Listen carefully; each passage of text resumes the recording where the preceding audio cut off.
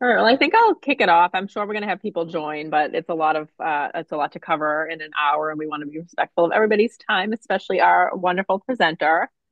So we are recording this. That way we can share it. We want to start kind of creating a resource center and hub through our website for AI. So we're going to include these recordings and different tools that folks use. That's why we are recording this. So I just wanted to let everybody know that. But I do want to welcome Ian Westerheim. She is the founder and president of Ekaru.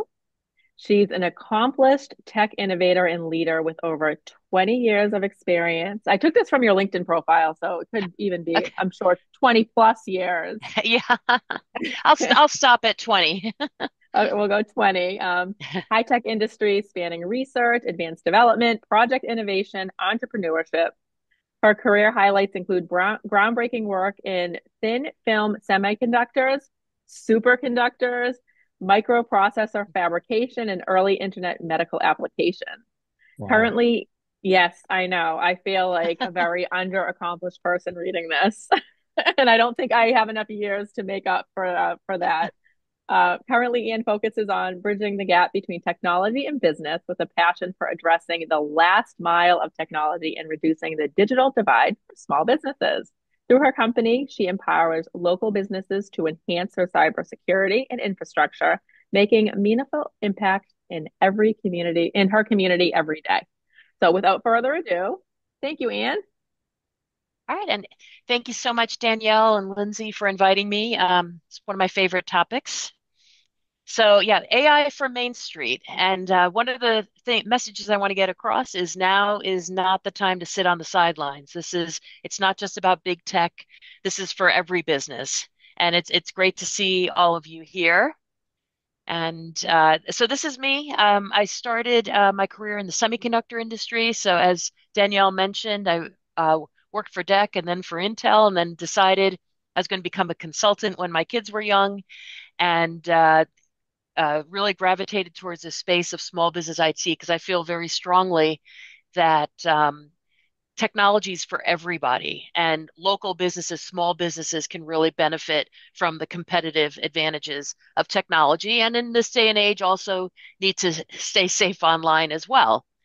I'm the author of Cybersecurity for Main Street, CyberFit in 21 Days, and I'm on a number of industry advisory councils, including the CompTIA ISAO.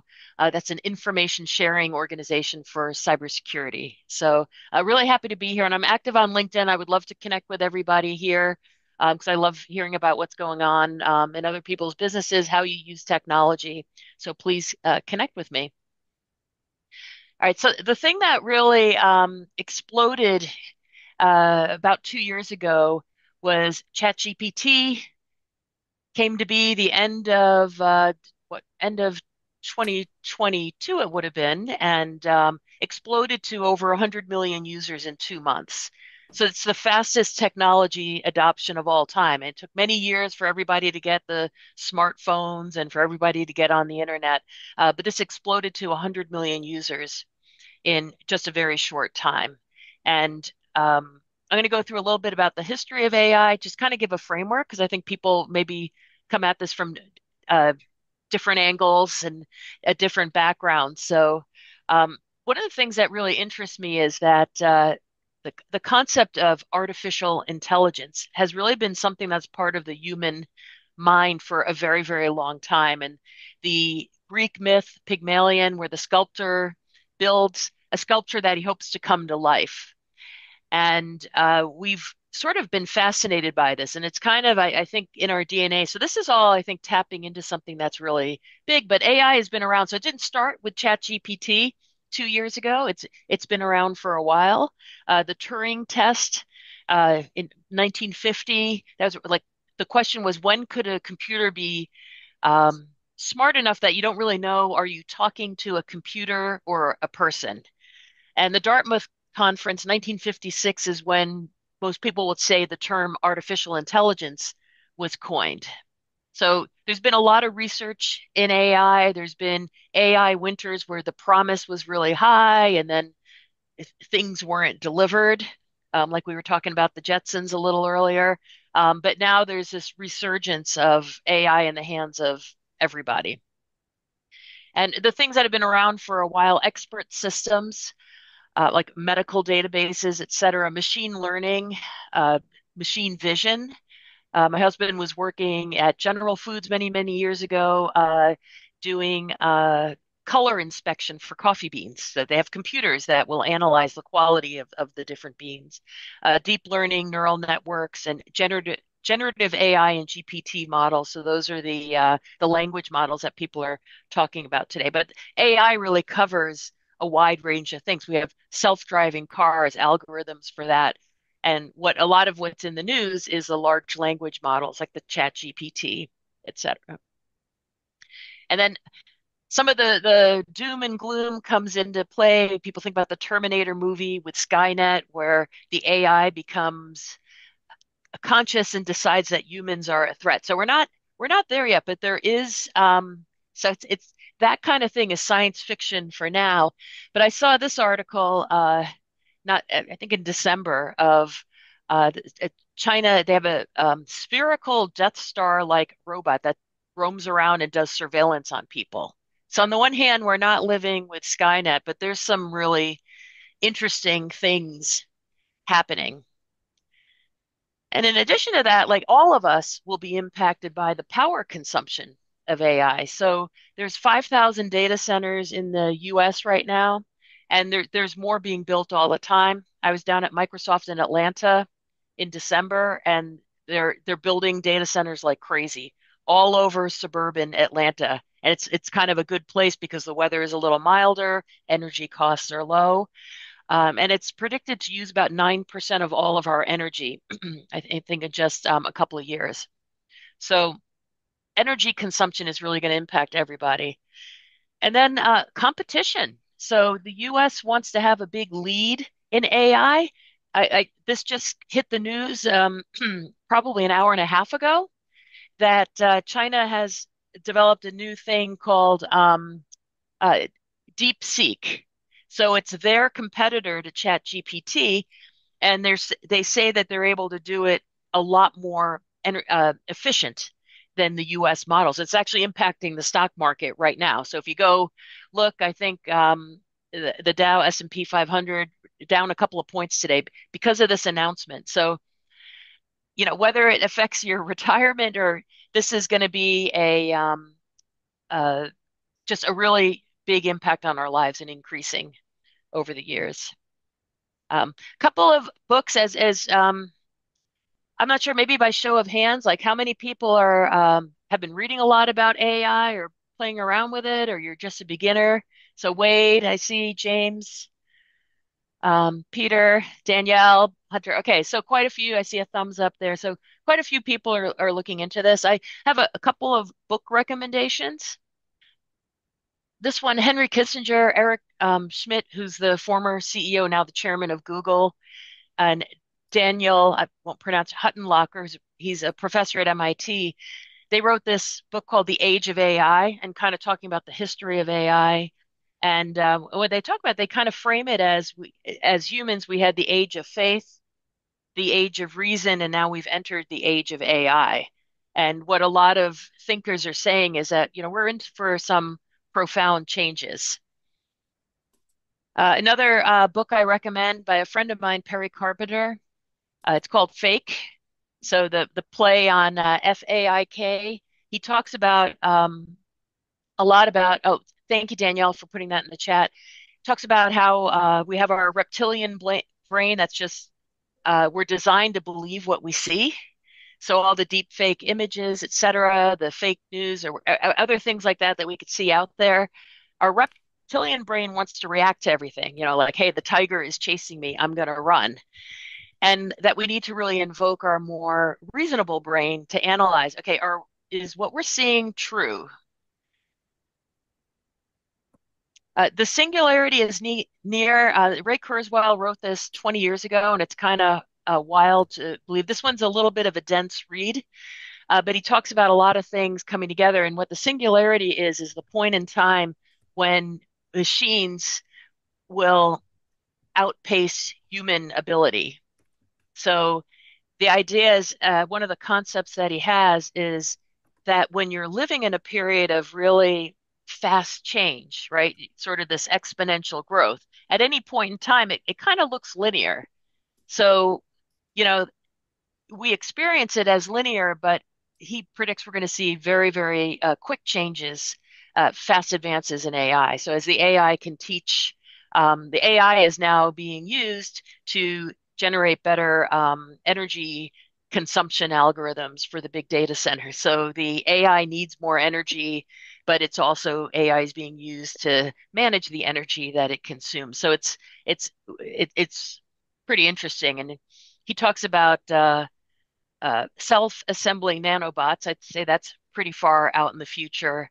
And and he has a follow-on book, The Singularity is Closer Than You Think. And then another Mm. one, this one is kind of a lighter read. Really like this, Co-Intelligence, Living and Working with AI. It's a quicker read, talking about different, basically the idea of treat AI as your assistant or as your intern to help you do tasks.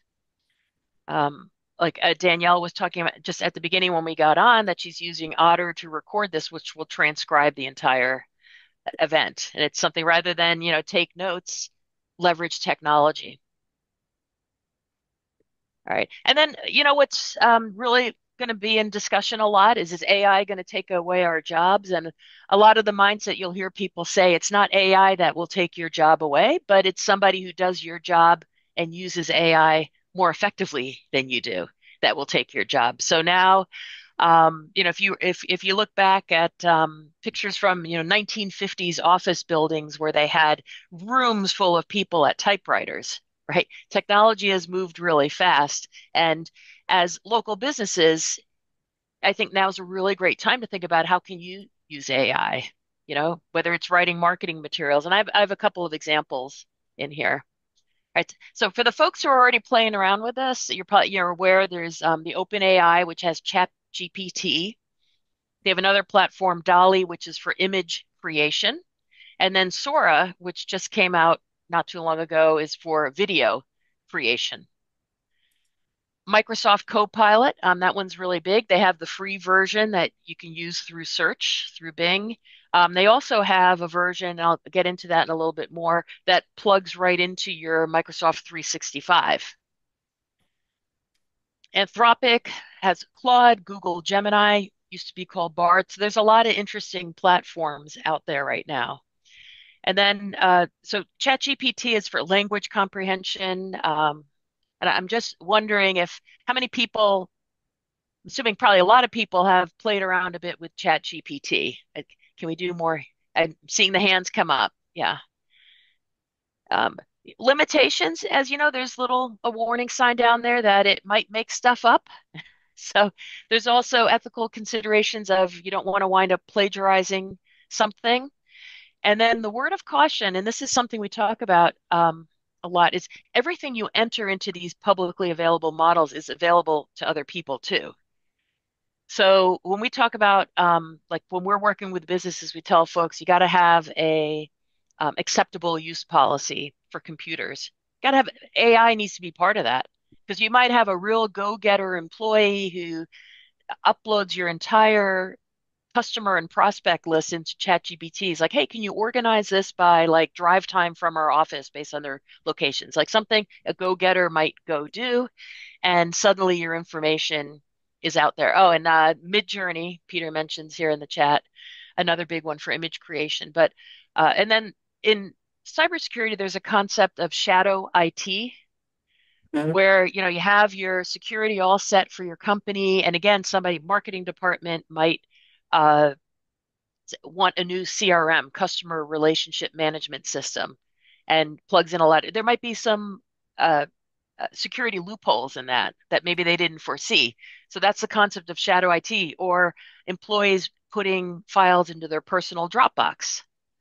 That's a giant security risk. They're only doing it maybe because they want to be able to work from home, put more hours in, all for good reasons, but they um, uh, could be creating problems. And thanks for the folks posting additional things into chat here. Uh, so we recommend there's this parallel concept of shadow AI. So this is a conversation you ought to have with your employees. I was talking to a law firm kind of earlier in this evolution. I said, hey, if one of your people suddenly starts writing a lot more, you got to come up with a framework of saying, yes, you can help write a letter, but you're not going to put the client's name and case details and stuff into like a chat GPT. So something to think about. So you can go on, for those folks who haven't signed up, you can just go on and sign up for ChatGPT for free. They have some premium subscriptions as well, but I would recommend just go in and do a free account. You just need to put in your email, set that up, and start playing. So I did this little writing example of just, hey, can you come up with some ways to strengthen cybersecurity? And it came back with a pretty nice list. It's organized, it's formatted. Uh, it, it it's it's pretty solid. It's maybe a starting point. You may want to customize this, in your own field, in your own industry. You're going to know what the details are. But when you're sitting there looking at that blank piece of paper and you don't know how to get started, this is a great way to get started with something. And you press a button and this comes back. It's pretty nice. It's numbered, it's bolded, uh, um, looks pretty good. Summarizing articles, if you're doing that, maybe for social media, and you just like can't come up with, what you want to say about an article, you could just feed in the article and have it summarize it. You could do that through the web page as well. So maybe um, I have a friend who's a cybersecurity pundit, and he showed me he just speaks into ChatGPT, give me a social media post appropriate for LinkedIn. And he always asks for emojis, and it puts in the nice little, the lock emoji for his posts. So big time saver if you're stuck on something. This is a summary of that article. If you just want, give me 3 sentences about that. Um, in terms of image generation, so Dolly, Midjourney, there's Bing Image Creator. There's a lot of tools now being built in, like if you use Canva for social media posts, um, you can have that. And I'm just going to see if I can move the chat so I can see the whole chat on here because I see one pop up at a time. Uh, just a lot of really fun things to play around with. I'm wondering how many people, if you can show me hands again, have you used Canva? Online for graphics. Okay, I see a lot of hands as well. Uh, Really amazing tool where you can build very professional graphics in just a few minutes. Whoops, I got to get back on here. All right, so Microsoft CoPilot. So this is Microsoft's entree into the world of AI. So they have their own competitor to ChatGPT, and you could do there's as I mentioned the free version, uh, and then you can also license to use on your own data, and that's it's kind of like search on steroids. Now, a really interesting side effect of this is you might set up uh, the full Microsoft Copilot for your organization. It's great. You'll be able to find any document really quickly. One thing to think of is that you better make sure your folder permissions are rock solid because it makes it easier for anyone in your organization to find information. So if you haven't really structured it well, it's something to think about. And little factoid, they added the little uh, I don't know, ribbon, the colorful ribbon on the keyboard. That was the first key that Microsoft has added to the keyboard in 30 years. So that's a good trivia point for you. Um, but in here, for example, here's just summarizing an article. Very simple task that you could do with Copilot. Um, could you summarize again to create a LinkedIn post with emojis? So that's kind of fun. I mean, I would not recommend taking anything at face value. You want to edit it and make it your own. But a lot of folks, you just start writing something. It's like, okay, where do I even begin? You get stuck on writing the first sentence. This can really, like a soup starter. This gets you going.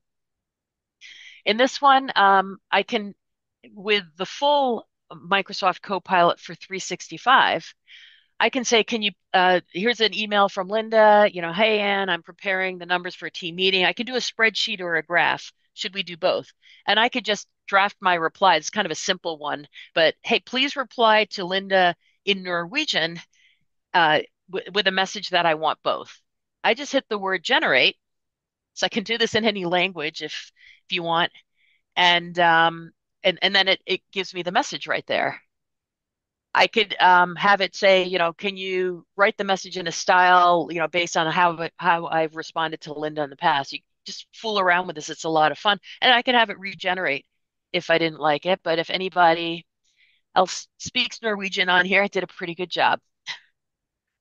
So I have a person I work with on some database stuff, and he's out of French-speaking Canada. And I could tell he's now writing me these great emails with no grammatical errors. So I know he's translating them all, but it's great because his primary language is French. And you can incorporate all of this. So I said, can you make a graph of the data? This is in Excel. And it's probably, a simple thing to make a graph, but I can just write in text, hey, can you make a graph of the data suitable for including in a presentation? I want to have color and bold and easy to read access labels. I press a button and I get the chart. I don't have to go in and pick, what I want to do. And this is a simple test that if you know Excel, you could do this, but you can imagine you can get a lot more uh, sophisticated with this. But instead of, taking maybe 10 minutes to make the graph, you press a button. Pretty cool. And here's some, can you summarize today's presentation? And I can do that too. It will go into PowerPoint. And Microsoft Teams, you have the if you use Teams for video conferences or anything like that, you can have it summarize the highlights, key thoughts, and the action items at the end. So that's all built in to Microsoft Teams. So you can focus during the meeting. Like Danielle mentioned at the outset, she's using a tool called Otter. You can also do this within Microsoft 365 Copilot, which is cool if you're using Microsoft Teams. I think I'm seeing in business more and more people are using Teams. Uh, so the Copilot, the regular Copilot that's out there is like the ChatGPT works on public data, and then the Microsoft 365 Copilot, and there's a lot of other Copilots that Microsoft has designed for specific purposes. Those require a license, but it's kind of cool to play around with. And Microsoft has a lot of resources. So this is the Copilot prompt gallery. So you can get out there and just um, kind of maybe play around with some different platforms, see what you like, and then there's lots of training materials available just online, which is pretty cool. Okay, and then the fun and creative tasks. This is can you create an image of a woman with brown hair and glasses riding a unicorn carrying a laptop with rainbow and mountains in the background? And I get my picture. So um, pretty cool. Can you make an image of a local business with happy customers and great technology? It's kind of a neat picture. So if you're putting together maybe a document or a story, you can have it come up with some images for you. Okay. You can also do text to video, which is kind of neat. So um, Sora is part of the OpenAI platform. So if you have one of the paid subscriptions, you get the video built in, and also another tool called Synthesia, where you can choose from avatars. So if you have a little, say, promotional video and you don't have budget to go out and hire actors and write a script and do the production, you can actually use and choose from multiple different avatars with different voices to present your information for you. You also, I don't know if I have this on live video, but I've created an avatar of myself with Synthesia. So if I want to do a short video, I can just type it in here of what I want to say, hit generate. So I don't have to do multiple takes because I can just type in exactly what I want to say. And I'm trying to think. Let's see. I'm not sure if this is going to play on your end.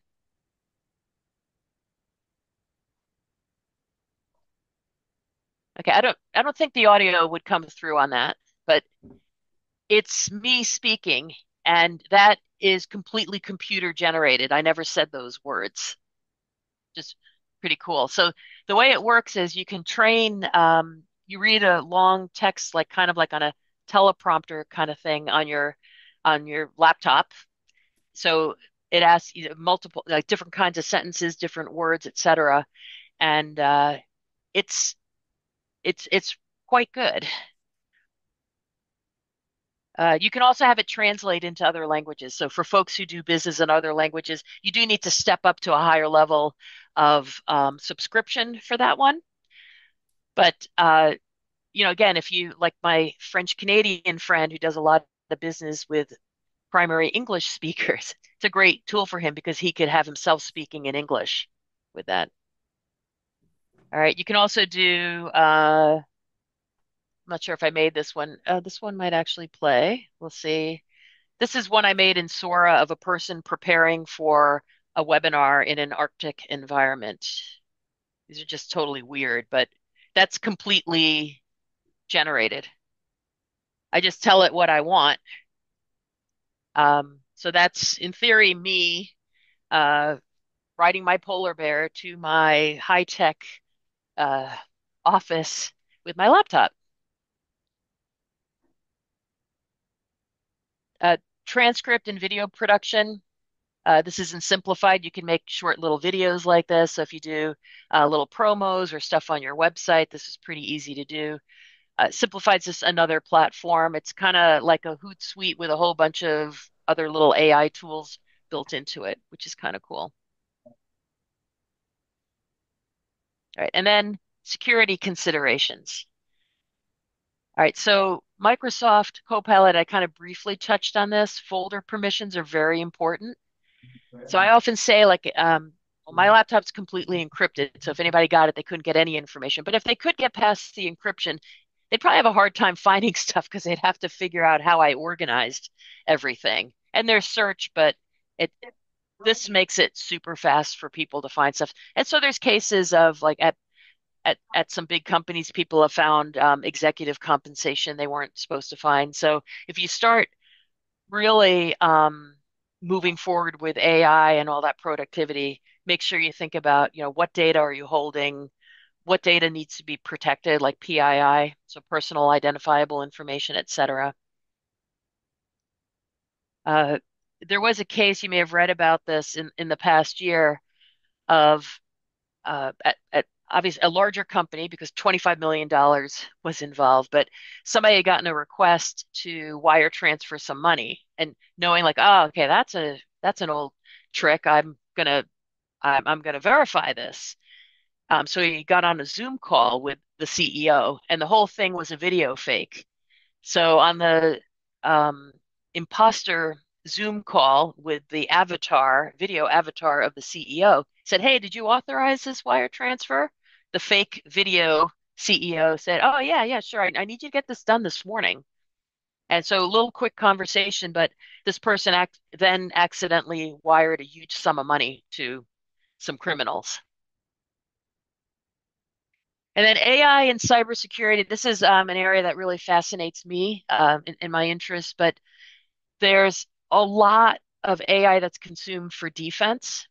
So, like when we do what's called in the NIST cybersecurity framework, detect and respond, of looking for threats that might be brewing on systems. You can kind of triangulate on them. That's all AI machine learning. So it can find patterns that would be extremely difficult for a human. It would be a needle in a haystack for a human. Um, so that's really great on the defense side. But now on the offense side, we got people doing, AI generated phishing emails where they can harvest a bunch of information about people. They're not sitting there personally trying to hack each individual, but they can harvest the information, send out a million emails, and somebody clicks on it. As I touched on before, acceptable use policy, this ChatGPT, but for any use of AI, just detail acceptable policies because what you don't want is somebody in your organization, thinking they're doing really helping and then accidentally creating a giant security risk for you. Data privacy and security, any information that needs to be protected, the mass data security law, or if you're in the defense industrial base at all, CMMC requirements, et cetera. You got to make sure you're protecting your confidential information. And then intellectual property violations. You don't want to accidentally, um, create something that's not yours to own. Oops. And there was cases, if you look around this, there was some lawyers in New York that were sanctioned by a judge because they got a little too aggressive with, you know, using AI to generate some case, develop their case, and they wound up with fake information that wasn't. They were kind of sloppy about it, and they got in a lot of trouble with the judge. So you got to verify what ChatGPT or any of the large language models come back with because it might not be accurate. And then there's a lot of AI incidents. So there's a lot of talk in the government right now. Do you put guardrails on AI? We don't want to slow development and hurt competition, for American results, American companies. On the other hand, there's a lot of controversy around AI. And education, people still need to be able to put thoughts together and be able to debate, et cetera, have arguments. So what do you do in schools? Like, people still need to learn how to write. There's all sorts of programs out there to detect if something's been generated by AI. So the teachers have access to these tools. And Danielle, I just want to do a time check. By my calendar, we have until 12:30, and I want to leave time for questions. So I'm almost at the end of my slides, but I just want to double check that. Excellent. We're in good time. We have almost a half hour left. So Okay, plenty of time great. for Q&A. Thanks. Yeah, so education, and then what's real and what's fake. People can generate some very slick looking images that would be very, very difficult to detect. Is this AI generated or is this real? So we can be manipulated by that as well. So there's talk of using watermarks in AI generated images, but as you can imagine, people who abide by the law will abide by the law and the criminals never will. So, we have canned spam laws against spam emails. People take out fake Google ads to you get on top of the search, and it's illegal, but Google can't catch every single one of them. So the watermark is kind of a nice idea. I don't think it's going to actually solve the problem. Then you look at, just digital literacy in this day and age. Like every type of company is going to be impacted by AI. All people are going to be impacted by AI in one way or another, right? And then are we keeping up so we don't, that's that whole digital divide concept that we kind of touched upon in the beginning, but this is not just for big business to benefit from. This should be for everybody to benefit from. And when you look at a lot of things like the debate over TikTok and collecting a lot of information about people they don't need to collect, but they do, when the product is free, the product is you. And in this day and age, we really need an educated public to understand that it's super simple to create a fake video or a fake image. That perfectly written email to you that has all the right logos, all the right grammar could still be a fake. It's a lot of education that's needed all around. Also, a lot of talk about bias in AI. And in terms of images, there's one study done, they asked for images of a CEO or an inmate or a fast food worker, they'll come up with different things. And that kind of show human bias that gets reflected in AI. Uh, Self-driving cars, we'll see huge advances possible in AI for drug discovery. So I think we're going to see a big acceleration of that over the next couple of years. It'd be pretty interesting. Um, we do it for companies that we work with. We do a cybersecurity training platform for folks, and we've actually included AI in there because it's so tightly related to just get folks to understand the basics. And I would encourage, all of you to talk to the rest of your team about some of the cybersecurity basics, maybe things that you're concerned about, or that they know not to put information in like open channels, etc. But this is something that everybody's going to need to know a bit about in their work. And then kind of getting over that hump of thinking, like I'll always say to people, if they tell me, "Oh, I'm not a techie," it's like, well, everybody's a techie right now, right? If you call Uber on your smartphone, you're using everybody's interacting with technology, and this is something that we need our teams to embrace and also get over that intimidation factor. Um, Actually, I showed my mother-in-law ChatGPT, and she was just so excited about it. But she's like, "I've heard about this, but I didn't know if it was an app or a web page." Like she just didn't know where to begin and get people comfortable with the tools because it's very intuitive. So I'm at the end of just about at the end of my slides here. But these are my action items: is set some sort of acceptable use policy for your company.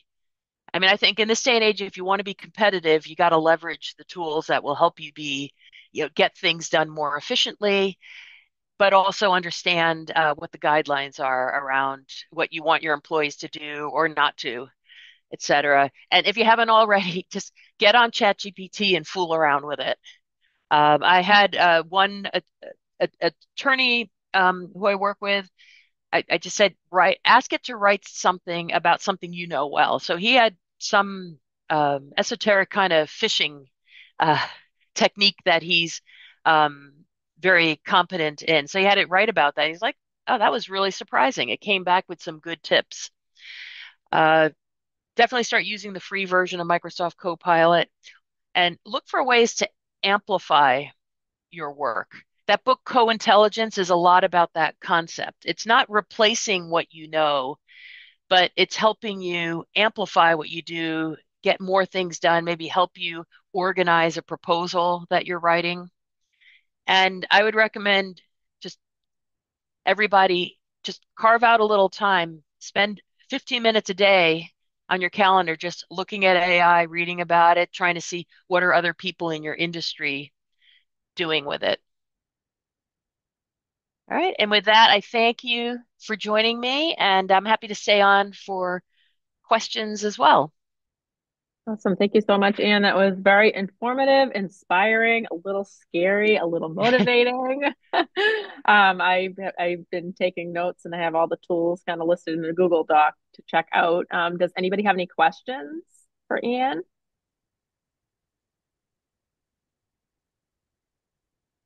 Does anybody have any comments or feedback? Hey, Ann, how you doing? It's Dan Esdale. Thank you. This was awesome. Oh, thank you.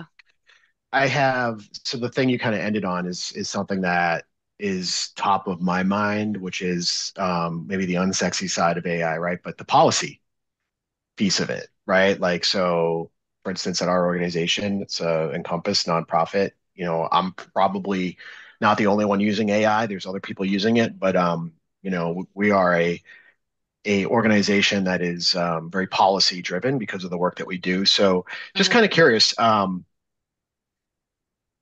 do you, I mean, what's your recommendation? I mean, the funny thing is I use ChatGPT to draft policy, but I'm not an expert when it comes to like the legal side of AI. So I'm just kind of curious if you could talk a little bit about like, developing a policy around AI and, just sort of how that, what you really need to know to do something like that. Yeah, I think first I recommend try to keep it simple, and I would say start with a conversation and get a sense of are people probably are, I don't know what the stats are, but 30% of folks are actively using AI. So I would say at a staff meeting, there should be a conversation about um, eh, using AI, and it should also be sometimes people are afraid to say they used AI to create something because then they feel like, oh, maybe my work's not going to be valued as much. But I kind of liken it to, if you're going to add up 100 numbers, right?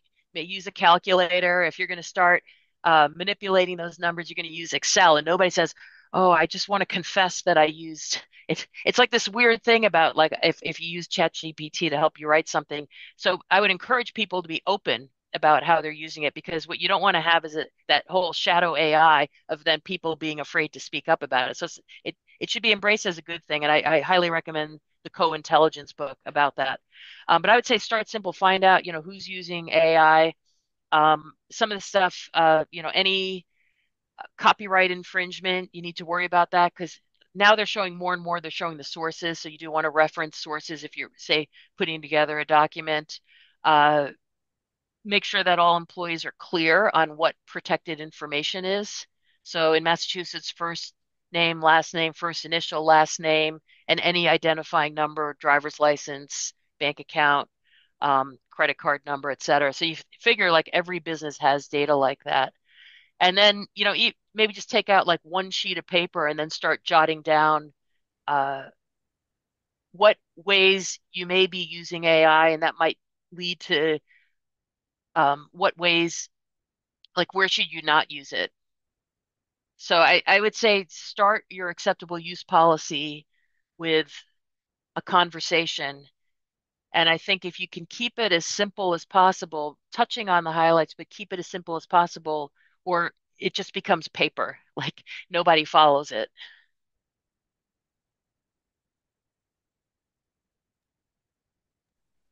Thank you. That was great. I Yeah, appreciate that insight. thank you. Any other questions, comments? Yeah, I think you're muted. yeah, I can't hear you very well.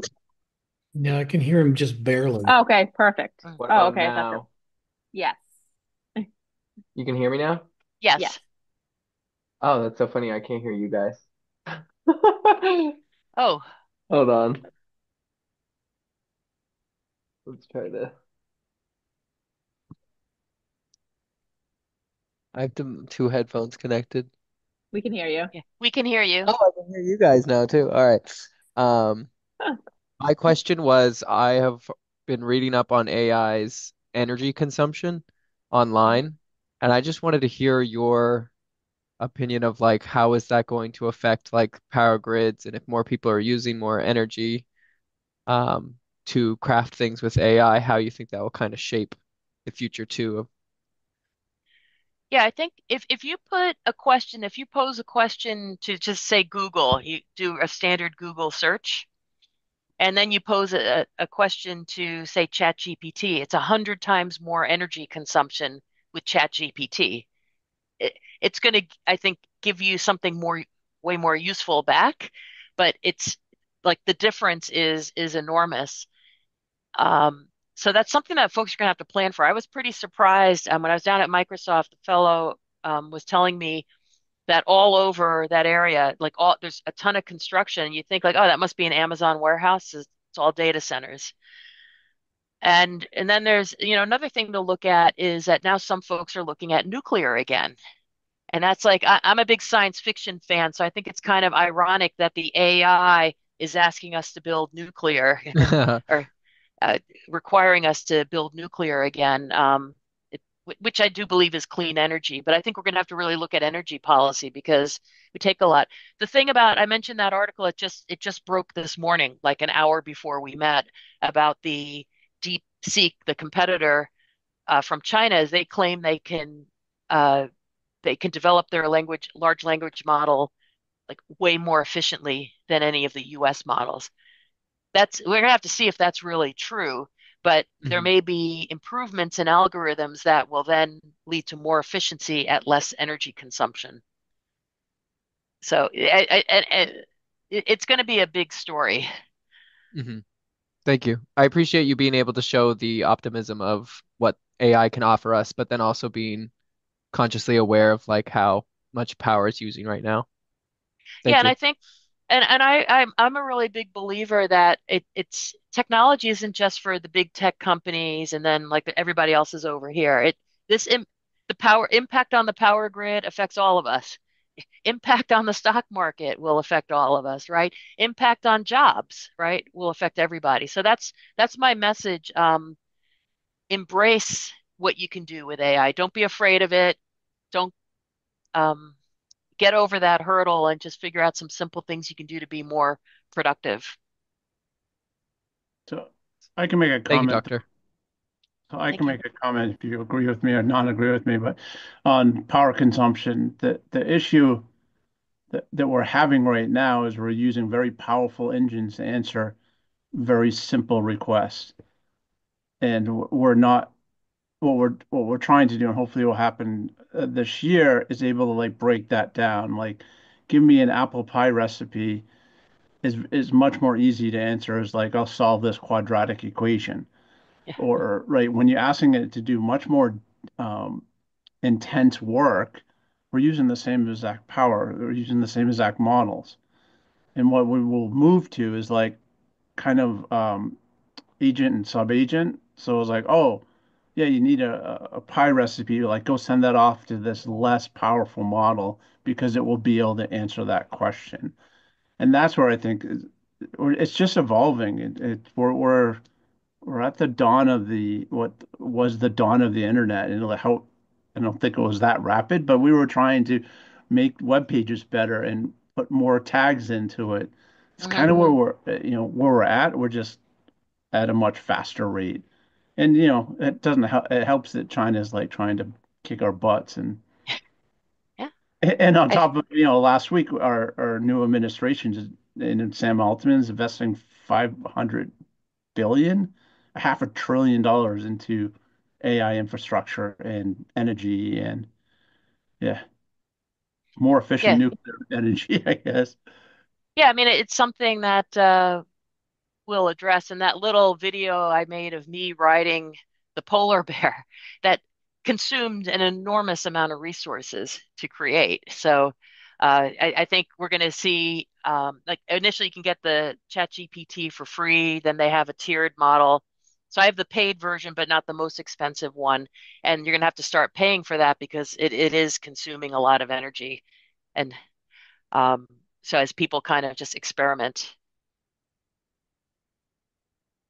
But unfortunately, I think we're in this weird thing. Like, they want you to do that because they want to train the model. Like, they want you to Yeah, make a polar bear with their laptop. They want to see because we're the testers for it, right? And I think yeah, the new thing that came out last week with Operator, yes, it's on the Pro plan, so that's $200 a month. But they said that they're going to release that to the Plus people, and that's consuming. That's if, to comment on security, and you didn't like the ones that are taking control of your keyboard. I'd love to hear your thought process. Like Anthropic played around with that, and now we have Operator and ChatGPT that's basically going to the web, doing tasks on its own with some yeah. intervention. Yeah, I mean, I think that's that whole acceleration curve that we're seeing. Like right now, we can maybe only envision, okay, oh, gee, maybe I can make an outline for a proposal a little faster if I get help from ChatGPT. That's kind of linear improvement. Then when you start doing, it's hard to even imagine what the exponential improvements will be. So I think we're going to be in for a lot of change. And my son was telling me that I think the models now have consumed all of human knowledge at this point, which is that's pretty freaky. So um, we're Yeah, in I've heard the same thing. It's like, oh, yeah, it ran out of stuff to learn. yeah. So we're in for interesting times. So yeah, definitely I'd love to hear how other folks are using AI or how you're thinking about interacting with AI. And I'm pretty active on LinkedIn, so I love hearing from people there. And definitely uh your competitors are looking at this, and there's no reason you can't leverage it as well. Do you have any particular like courses or anything you recommend for people to be able to, enhance their use of AI? Do you provide a course, or are there courses out there that you would recommend?